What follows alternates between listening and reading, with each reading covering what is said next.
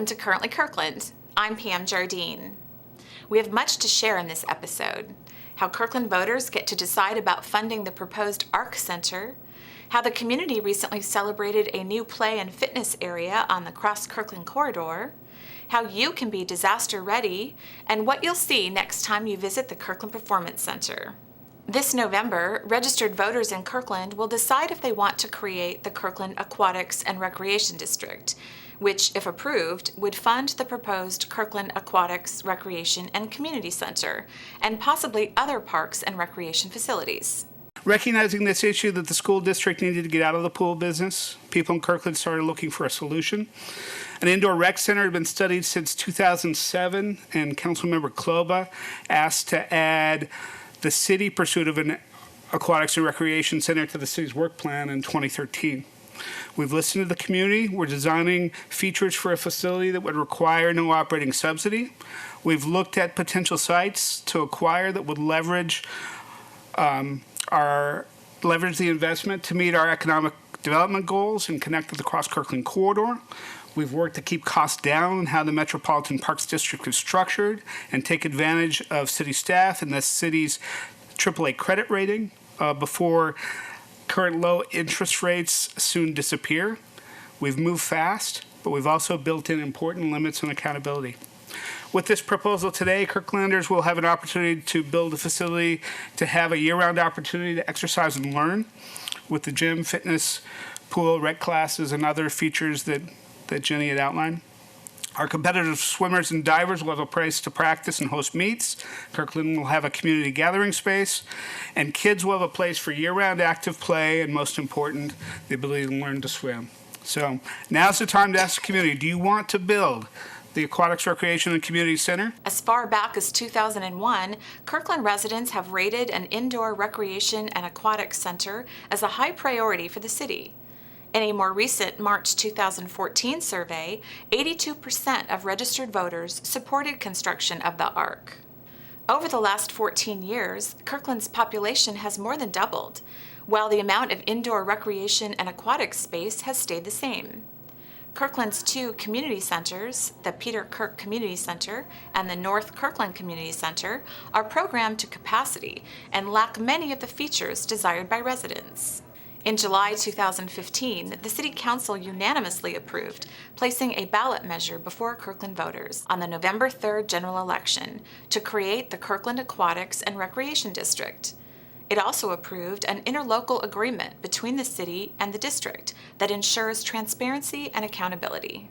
If you look at aquatic facilities and a number of other types of facilities that have been in place for a long period of time, a number of them are going away because they didn't have an enduring, sustainable funding mechanism. This Metropolitan Parks District endures as long as the function endures. And so it has the capability of not only building, but operating and maintaining over the extended period of time and building reserves so it can be replaced when the need comes up. If approved by a majority vote, the newly formed district will be able to levy a property tax to fund the new facility. The amount of property tax for a Kirkland homeowner will depend on the cost of the project.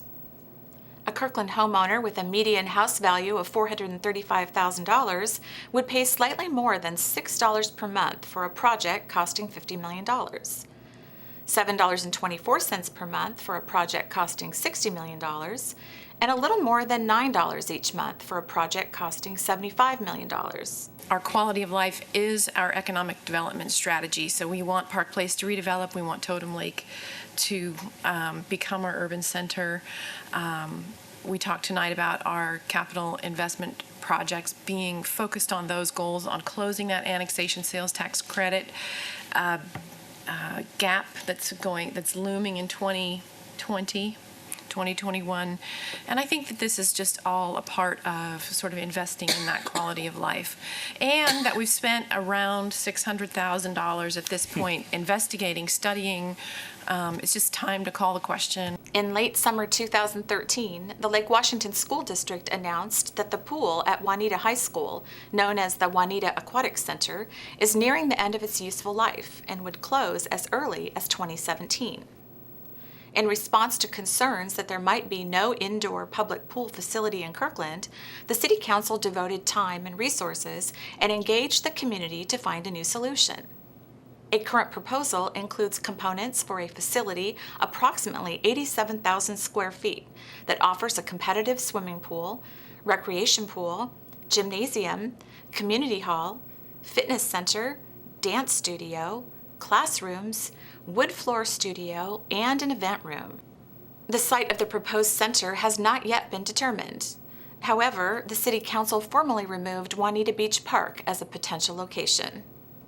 Up-to-date information about the proposed ARC, estimated project costs, and the ballot measure are posted to kirklandarc.publicmeeting.info. If you need to find information on voter registration, visit kingcounty.com/elections. Hundreds of people recently came together to celebrate the official opening of the play and fitness area on the Cross Kirkland corridor, and they were not disappointed. A party hosted by Google, SRM Development, and the City of Kirkland unveiled a new basketball court, volleyball court, and CrossFit training area, all placed along the meandering paved trails near the Google campus. I'm very, very proud of the work that we have done together here. This is an example of what I think our citizens want and expect us to do as a government, and that is to work together as partners with our neighbors and our businesses. And when we do that, we can create something sort of greater than perhaps any of us imagined. And I want to especially thank Google and SRM for their incredible investment in the city of Kirkland. This is one piece of what they've done. It is a fabulous, inspirational piece which I think will inspire others along the 42 miles of the East Side Rail Corridor to do more and to do better. I think that this is going to call it out. This is going to say, imagine what this can be. A zip line and playground are expected to be installed by September. As part of its expansion, Google has funded multi-million-dollar investments, not just in the corridor, but also in public improvements to streets and utilities. All of the improvements are built by SRM Development, located across the street from Google. There's no doubt this new area will be Kirklanders' favorite new gathering place. I think it's absolutely fabulous. And I think I commend Google for getting out ahead of the pack and establishing such a high bar for Kirkland. And I'm on the Cultural Arts Council, and so we're working on an art integration plan for this Cross Kirkland corridor, and I'm very excited about it, very excited about it.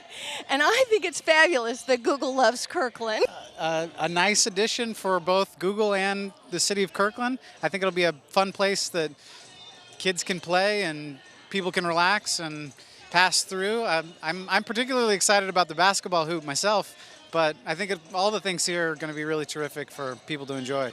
Well, favorite? I don't know. We actually live in the neighborhood, so this whole thing is our favorite. It's pretty great. We live about 50 yards that way, and it's a super awesome addition. When we first moved here, it was just, railroad tracks, and so we were excited when it was just a crushed trail. Now it's this, so it's pretty cool. Before you make your way to visit the Cross Kirkland corridor, make sure to download our updated map with new information, important trail rules, and helpful etiquette tips. You can find it on our website at kirklandwa.gov/Cross Kirkland corridor. And as always, See you on the CKC.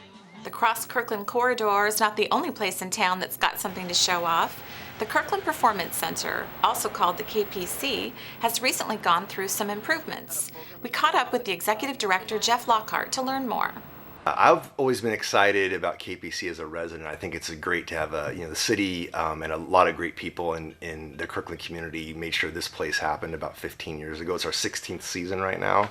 And so I always thought it was just a great thing to have a small theater that you could go and hear some of your favorite artists and have an intimate experience. Again, the last row is only 14 rows back. You're only 40 feet or so from the stage when you come to a show here.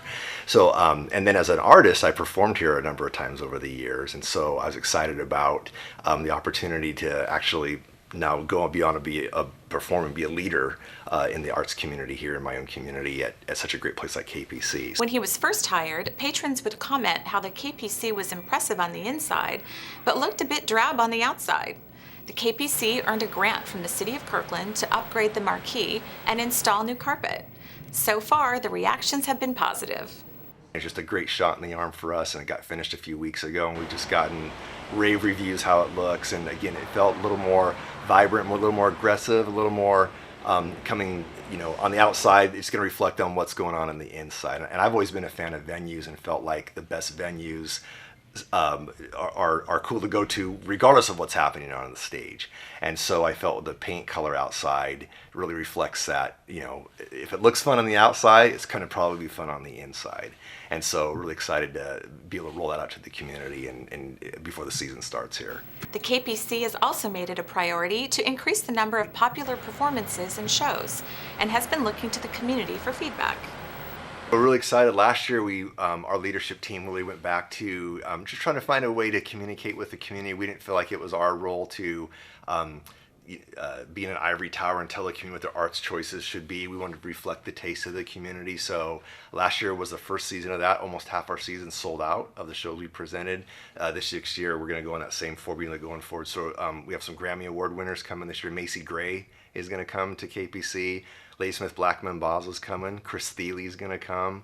Diane Reeves, we're excited about that. And then we're really reaching out to more bringing the indie music scene over to the east side. The KPC plans to have about 40 shows for the next season, and tickets are currently on sale. I'm confident that when someone comes here, they're going to have a great time. They're going to enjoy seeing their artists in an intimate, up-close experience, meet a bunch of new friends, have a great time. The concessions, the wine list, everything's going to be a really nice time for you to come on out and enjoy entertainment, take a break from work, and have a really nice time. So we hope people check us out at www.kpcenter.org, and I hope to see you at the theater real soon. Are you a prepared human of Kirkland? Kirkland's prepared human population is growing and needs more members. Who are they? They're residents who have an emergency plan and supplies and are willing to share their preparedness stories. The city's Office of Emergency Management has modeled its Prepared Humans of Kirkland campaign after Brandon Stanton's famous Portraits of Humans of New York. And as part of National Preparedness Month this September, you're encouraged to learn how to improve your disaster readiness through training, planning, and preparedness. Kirkland's Community Emergency Response Team, or CERT, is a FEMA-based program designed to teach adults how to help themselves, their families, and their neighbors during a disaster when police, fire, and medical services are overwhelmed. Currently, Kirkland spoke with CERT's local program manager, Christina Brugman, to learn more. We teach people how to respond in the event of a disaster. The biggest disaster we might expect would be an earthquake, but it would also work in like a winter storm, a windstorm, a snowstorm, anything like that, a power outage.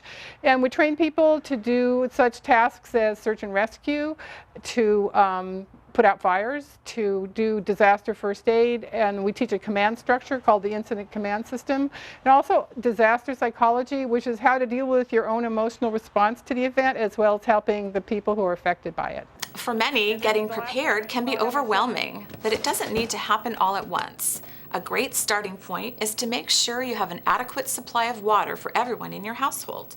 Well, I have a 55-gallon water tub, and that's probably the biggest single thing I have, but over the years I've added things to my supplies here, so like food and water, and I have a very sophisticated first aid supply kit. I have a rescue kit which has ropes and stretchers and that sort of thing, and I have a hygiene pack with toilet paper and paper towels and soaps. I have a camp stove and the little propane things. I have a barbecue with the big propane thing, and dishes, pots and pans. While you're making your plans for the future, it's important to remember to litter prepare box for your pets. So I only have a cat, So, and it's a small cat, so it's easy enough for me to have a crate for her that's filled with what she needs to get by for several days, including her food and litter and water and little pans to eat out of. And the information that I need, you know, like it has a picture of her and our contact information so that if she should get loose, people could know where to contact me. A disaster can hit at any time, and there are things you can do to prepare, even if you're not at home. People are out and about. People are at work in Seattle or Bellevue or Redmond or wherever, not always near their homes when an event occurs. And so you should have something with you. If you commute by bus, for instance, you could have a pack at your desk at work that would have water and food and something warm to wear, maybe a change of shoes. My car is so full of emergency stuff, I hardly have room for groceries. I also have a change of shoes and some cold weather stuff like mittens and hats and a blanket. And I have one of those space blanket things, you know, that keeps you warm. It's very lightweight. I have a very large first aid kit to fire extinguishers. Preparedness tips can be found at kirklandwa.gov/prepare, on OEM Kirkland Twitter and Kirkland OEM Facebook. And remember, Winging it is not an emergency plan. as Kirkland moves into the fall, there are still plenty of activities to keep you busy. From September 25th to the 27th, join in on Oktoberfest. Those over 21 are able to enjoy live German music, traditional foods, games, contests, and of course, beer. Event information can be found at explorekirkland.com. Help make Kirkland green by volunteering to restore Kirkland parks. Celebrate Arbor Day on October 17th at Watershed Park, or Green Kirkland Day on November 14th at Crestwoods and Juanita Beach Parks. Both events are hosted by the Green Kirkland Partnership and run from 10 a.m. to 2 p.m. People of all ages and skill levels are welcome. To learn more and register for these and other green volunteer opportunities, visit greenkirkland.org. Looking for a great way to be a voice of the youth of Kirkland? Join the Kirkland Youth Council. Middle and high school students are eligible and applications are being accepted until September 25th. Learn more about the Youth Council at kirklandwa.gov/youth or call 425-587-3323. Thank you for watching Currently Kirkland. Currently Kirkland can be in the palm of your hand. Subscribe to Kirkland Television on YouTube. We air on KGov and KLife. Send us your news tips and story ideas to kirklandtv@kirklandwa.gov.